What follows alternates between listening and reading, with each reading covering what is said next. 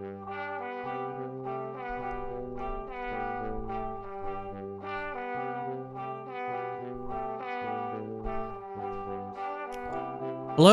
it is another Tuesday, which means it's time for another in real life video. We're once again doing this sort of rule of thirds situation with the camera. I don't know, I kind of liked it last week. We'll see how it goes. I don't know, I feel like it's a little bit more visually satisfying or interesting. I don't know. I guess I'd be willing to pivot away from it, but I don't know, I kind of like it. Anyway. This week, we are taking a general viewer submitted question, as we often do, and as per usual, if you have a question you'd like to submit for consideration, obviously if it's too personal or breaks terms of service on YouTube or anything like that, I'll have to ignore it. I will read it myself, but, we won't be able to make a video on it. Regardless, feel free to submit them in the comments below if you'd like, and it helps a ton if you include a question mark as some form of punctuation. And it'll get added to the ever-growing and ever-shrinking list. Anyway, man, you like that? A bit of a flourish there. Anyway, this week, we're taking a general viewer submitted question, unlike last week. And the person, the individual, the general viewer who submitted this week's question, well, their username should be... Okay, you know what? The 1/3 perspective is kind of throwing me off a bit now. It should be somewhere in the bottom third of the screen right about now. Let's see. And they ask, let me bring this up real quick. What is the most favorite video game lore you've enjoyed discovering / rediscovering? Which, I think there's two ways you could interpret this. That being, like, just overall lore, like, as sort of a whole, sort of more lore in a game as connotated to like world building in totality, like, oh, this world, this IP, this franchise, to get very technical, I enjoy the lore of it. Or to be like, oh, this specific facet of this specific world I find very intriguing, right? So I'll mostly go with, to answer this, I'll mostly go with, like, overarching, like, world building. And then I think we can probably, at the end, we'll throw in addition to one of these, something very specific that I really enjoyed about it, right? I think that could be fun. So, I guess we can sort of go in chronological order here. We'll just do 3. Right, that we sort of focus on, that I've really enjoyed personally, but, there's a plethora of them that exist. There's plenty where the game is a bit on the shorter side, so you don't really get too long to, like, stew in that lore, stew in the world building, stew in that, well, in the universe that they have created and all of that. So, of course, because you spend less time there, there's less exposition to sort of unravel and uncover various facets of it. So ergo, a shorter game isn't going to necessarily have as much time spent in the strictest sense developing its world, right? Because you just don't have as much time allotted. But probably coming to the forefront of my thinking is probably Elder Scrolls, right? It's an easy one to put in there, probably one that you would have seen coming, but it is one that I do really enjoy. I really like... I've been on the record about this before. I really like sort of the like vacuous nature and non-committal nature of a lot of the lore, wherein a lot of it can be up to interpretation. There can be conflicting reports left and right. I've talked about before how I think it's very fun the way in which a lot of that lore is deliberately made that way. Deliberately made to where you could have stuff like a dragon break come through and sort of like change a bunch of different facets of the lore, or sort of commit stuff to canon without directly committing certain stuff to canon, you know? They get around with it. A lot of it is built up and is super rich, but every time it's loose enough to be able to service the game itself, to be able to build, like you have all these different pieces to the puzzle, all these different aspects of the world, and you can sort of form them together as you see fit for each individual game. And I think that's part and parcel why every mainline Elder Scrolls game, at least of the ones I've played, and I would include ESO in there, and maybe you could even say ESO expansions have this to a lesser degree, but they all sort of have their own soul, their own feeling to them, right? They feel not just of their time, but sort of their, I don't know, I'm not even sure the best way to word it. They're like general sensibilities. They have, like I said, they have their own sort of soul, right? Which I really enjoy, and it makes it to where, I could just as easily boot back up Skyrim and play and enjoy that as I could Oblivion or Morrowind, right? They're all good in their own sense and different enough in their own sense, but there is, like I said, that sort of overarching connective tissue that sort of formulates and comes together in a cohesive vision that suits the game itself, Sometimes there are parts that you wish you were a bit different, right? Like I'm on the record saying like, oh, I wish the way in which, like, I don't mind in Oblivion, we'll talk about in Oblivion, I don't mind so much that they retconned in books and stuff where there is a decent, if not significant chunk of like rainforesty jungle in Cyrodiil. I don't mind that so much, right? That it went very Lord of the Rings, as far as like Peter Jackson's film trilogy. I don't mind that so much, but I do kind of wish that they had more of like the culture clash, given that it's Cyrodiil, where it's like the capital of all these provinces. There should be like en masse a lot of thought and discussion of imperialism and sort of colonialism and just general racism of these people just not getting along, when in truth there's significantly less of it in Oblivion compared to both its predecessor and its successor, right, in the form of Skyrim and Morrowind. But even in saying that, Oblivion still sort of stands alone on its own, and I still really enjoy it, right? It always has, right? We're always quick to bring up that it has this sort of like goofy kind of silly charm to it, and I absolutely agree. I don't know if you can deliberately manufacture that kind of goofy charm, right? And just in its own way, Morrowind and Skyrim have their own brand of it, though it's just not as readily evident, I think, as it is in Oblivion, because Oblivion has it to where, I think maybe the goofy character appearances and graphics and all of that, because everything has a bit of a softer edge, I think that maybe brings it out a lot more. Anyway, right? Had to put Elder Scrolls on there. I mean, what am I doing if I don't? Right? I can't help it. I'm sorry. However, another one, in maybe more recent years, though certainly more toward the start of the channel, that this will be our second one. Well, like I said, there's plenty more, but we'll just focus in on 3 here. Another world with a bunch of lore that I've really enjoyed is the world of Eora, right? From Pillars of Eternity and Avowed, right? I really, really glommed onto that. When we were playing Pillars of Eternity 1 and 2, and of course, these are really big CRPGs, regularly get walls of text worth of exposition to sort of delve into different facets of it. Playing Avowed recently has reminded me just how much I really, really enjoyed that world, right? And I do think there may be some recency bias. I think that's possible.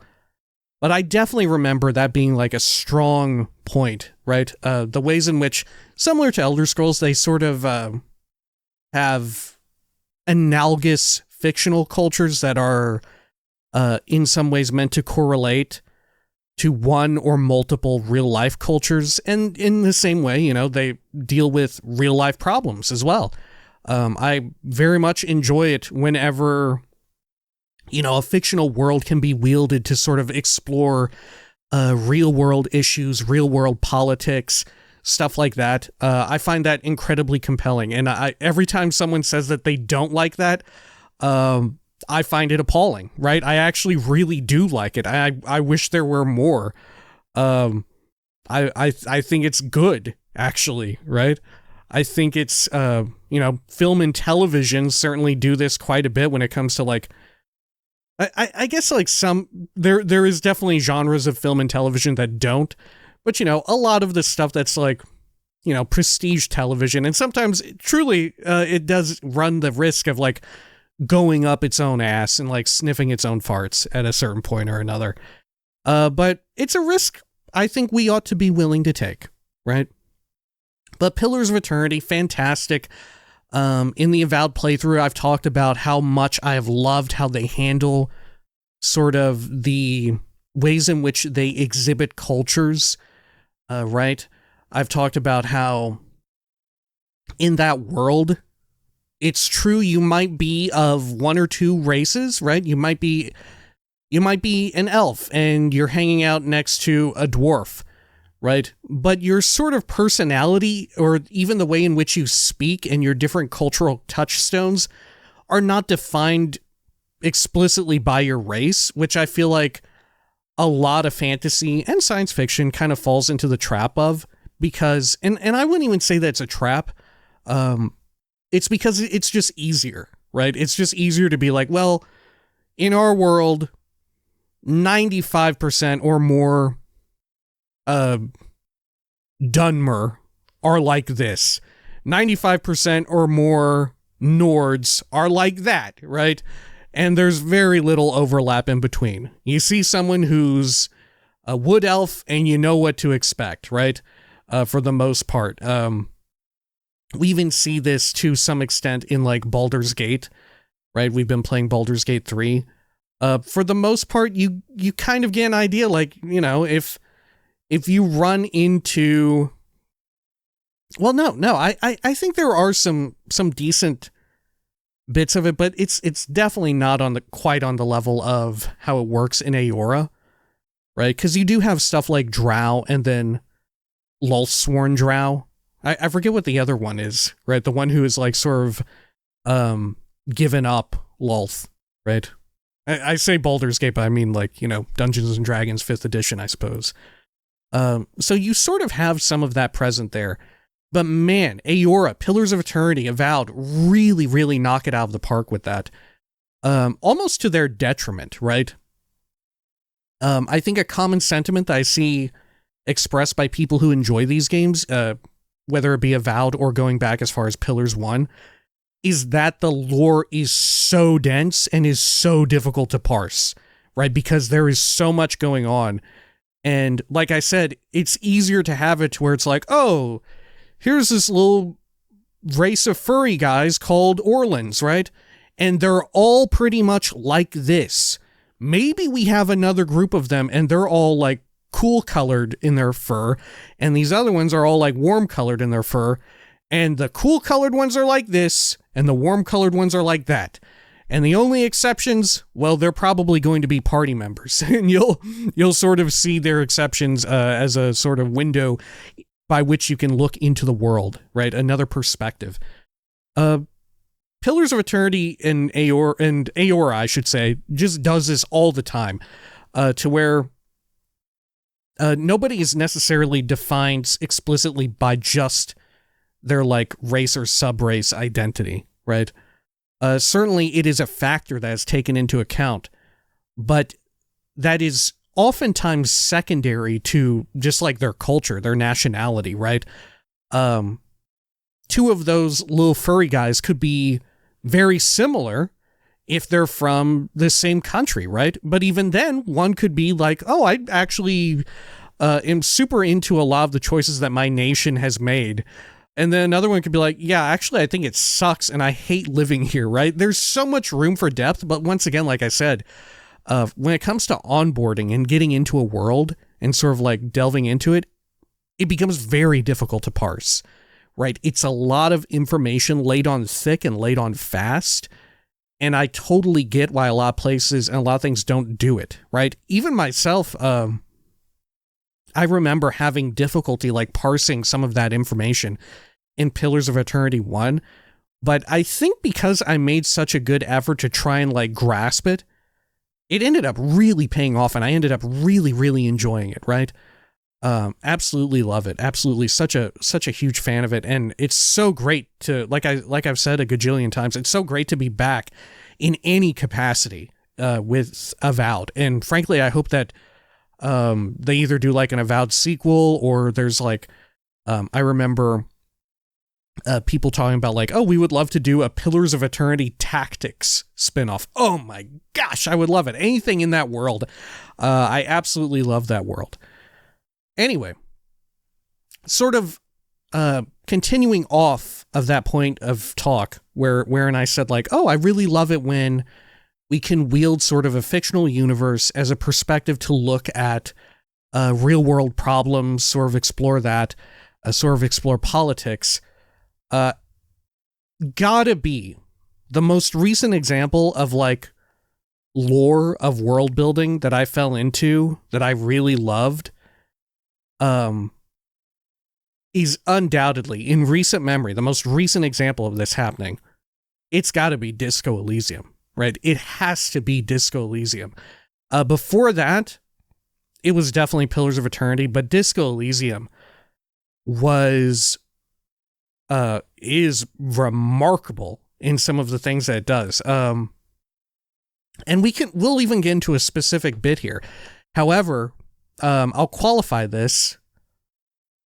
If you are privy to like a major point, if you don't want to be spoiled on Disco Elysium, you should probably tune out right now, right? Let me be real with you. You should probably tune out right now, because we are going to talk about a facet of that world which is not immediately evident to the player and is sort of slowly revealed as you play that game.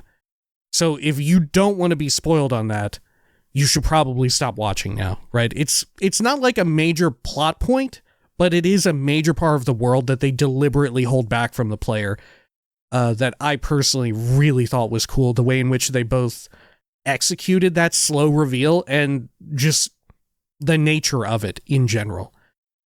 All right. That would be The Pale. Oh my God. I thought that the way in which they slowly tease out the Pale in Disco Elysium was incredible. And sort of the way in which it ties a whole lot of the game's recurring themes together was absolutely fantastic. The Pale in Disco Elysium is sort of this force of nature that is slowly killing the world, right? It's like this almost metaphysical force, this like miasma that is slowly encompassing this fictional planet, which in many ways mirrors our own, right? In many ways, you can see direct correlations to like real world politics within it. And it's deliberately very much made that way. But this is probably its like biggest bit of science fiction is the Pale. And it is, like I was saying, it's this immense miasma that's slowly encroaching upon the world. There's different interpretations that a lot of people have of it, and I think it is like meant to be deliberately multifaceted, in the sense that like it's a little bit of like climate change, a little bit of global warming, it's a little bit of like just the conceit of history repeating itself, because in the Pale, what happens is it fucks with people's memories a whole lot when they go through it, and eventually they'll just lose themselves, right? But so too do they gain like information of historical events, right? And I don't even remember the exact specifics of it, but it makes you feel as if you are phasing in through time itself, right? It's super well done, super duper fascinating. I absolutely loved it. And like I said, the fact that it makes, like the way in which it interacts with time, so to speak, with history in specific places and times and all of that, meshes narratively so well with other themes explored throughout the game. It's like the main connective tissue, right? Wherein it brings up It connects so much stuff that is relevant to like the history and the politics of this area and other areas beyond that you don't even really necessarily explore, but you hear about, you learn about, and you very quickly come to like correlate, okay, I kind of get what you're going with here, right? It's exceptionally good, I think. And horrifying, frankly. It has this sort of looming terror tied to it as well, where it's going to eventually wipe us all out and all of that very slowly. And it's terrifying to see the effects of people who have to interact with it, right? Like I said, it's probably my favorite specific lore that I've, I don't know, read about or witnessed or experienced or played in a long time, right? And make no mistake, there's plenty of other good things that we haven't really talked about here. Like, for instance, Horizon Zero Dawn is another one in recent memory that had a pretty fun twist to it, as far as specific bits of lore. There's other ones where it's like, oh, this is a very fascinating world, right? There's no shortage of that when it comes to role-playing games, and it makes it super fun to get into. But those are probably the three just off the top of my head, and one very specific example. I could probably think of and try to give more specific examples, but I would need some time ahead of time, but that has got to be it. The Pale. Absolutely exceptional. And like I said, wielded as a narrative device, the way in which it is used to connect all of these disparate stories together, and just like the overarching like melancholy and sadness and despair and misery, it sort of just unites all of that together in like a really satisfying way, I think. It's truly fantastic, and it's a damn shame that we may never see another work in that universe again. I've no idea what will be the fate of all of that. And I don't know. True to many a classic role-playing game of renown, it is doomed, right? It is Disco Elysium is in some ways doomed. How many old CRPGs have been developed by teams that are completely defunct? Even their entire like business is gone as far as a corporation is concerned. Those developers spread to the wind and all of that. Really, really sad, frankly. Really sad. But what can you do? But that all be it, right? Apologies to those who are not watching this final part of the video because of the spoilers, but I think it was worth putting out the warning because, like I said, it was such a cool, slow simmer of a revelation about the nature of that world that I thought was incredible, right? I really, really liked it. Anyway, that ought to do it for this week. When next we return, we'll probably get another cool question from gentle viewers like you, like I mentioned. Feel free to submit them if you got them. Otherwise, we got plenty more. Until next time, please take care of each other.